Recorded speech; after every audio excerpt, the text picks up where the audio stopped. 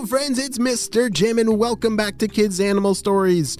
So my researchers, have you figured out the clues of who Sophie and her family is? What kind of creature?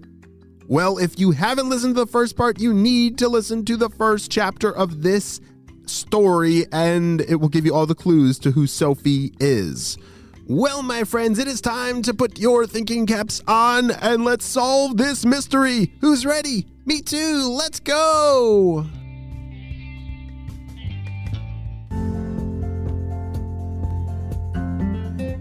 As Sophie was standing at the entrance to the cave, looking around and making sure that the owl had gone, she realized that there had been a lot of time that had passed. Oh no, I've been sitting here forever. Oh, my family's probably way ahead of me. How am I ever going to catch up to them? I know the flowers are the trail, but I don't know. I've never done this before by myself, said Sophie. I just gotta choose to be brave. All right, 1, 2, 3. Ah!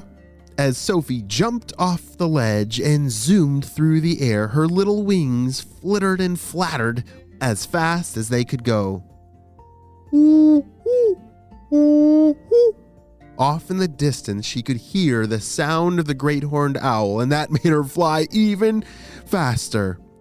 Do you remember what kind of flowers she was supposed to follow? There's a lot of them.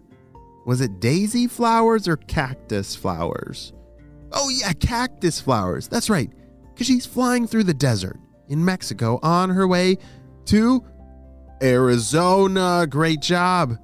As Sophie was following all the flowers, she actually became pretty proud of herself. I think I actually can do this. They're not as hard to follow, and they're pretty easy once you get the hang of it.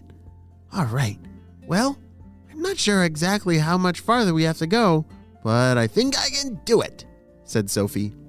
You see, Sophie, she only had a few more hours to catch up to her family as they crossed over into Arizona.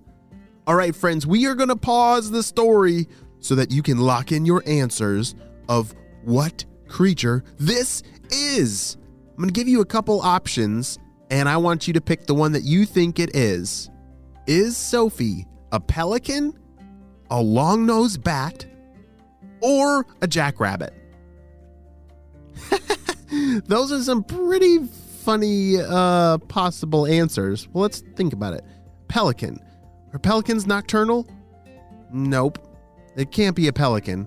Can jackrabbits fly? It can't be a jackrabbit. What was the last option? Oh, the long-nosed bat. That's the right answer. Yes, Sophie and her family are long-nosed bats. You see, these bats migrate every year from its winter home in Mexico all the way along the flower trail of those cactus flowers to southern Arizona. And yes, they have to look out for those great horned owls because those are a predator of the bats. The great horned owls are actually really good at catching the bats. But Sophie and her family, they can fly up to 14 miles per hour. That is super fast, and they're pretty small, so they're able to zip and dive out of the reaches of the great horned owl. And their favorite foods are mosquitoes and cactus flower nectar. So that makes perfect sense why they would need to follow that trail of flowers. That's so cool, Sophie. All right, well, let's hop back into the story.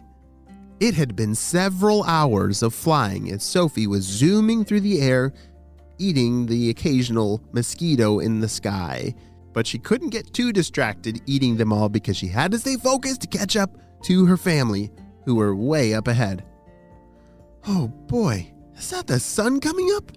As she turned her eyes to the east, she could see the eastern sky horizon start to glow. Have you ever seen the sun rise in the morning? Yeah, you have to wake up pretty early for it. But it's pretty beautiful when you see the sun rise over the horizon, especially if you're in the desert or if you're in a place where there's not a lot of trees and you can just see the whole sky start to light up as the sun rises. But that means that Sophie is running out of time.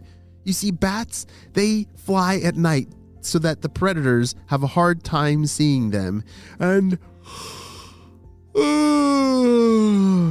Sophie was getting very tired. She had spent all night long flying. She was hoping that she was going to be able to get there in time. And wait, what's that up ahead? She thought. Up ahead, there was a hill.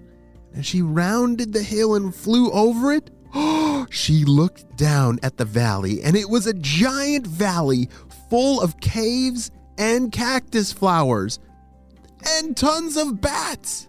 She could see all the bats zooming over the hill and diving into the caves. This was the place. This was Arizona.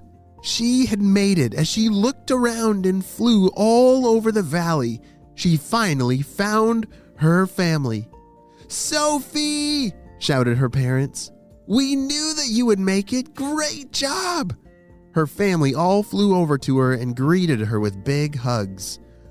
"Oh, that was a crazy adventure. That owl almost got me, but I was way too fast," said Sophie. "Wow, great job," said her dad. Sophie and her family flew into their new cave home and got ready for bed, because as the sun was coming up, that means the bats go to sleep.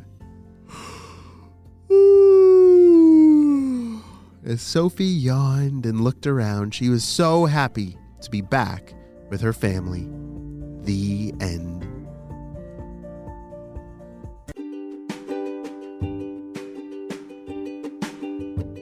Wow, great job. You listened all the way to the end. So, were you able to guess it right? Did you guess the long-nosed bat? Woohoo! Great job! Yes, so the long-nosed bats, they live approximately 20 years. Wow, that's pretty old for a bat. And did you know they have a special built-in toothbrush? Yeah, they use their tongue to clean their teeth. Wow, I don't think Dr. Stinky Breath would be very happy about that. And I kind of wish I had that built into my mouth too. That would be pretty cool. Well, I hope you have a super duper day. I'll see you next time. Bye.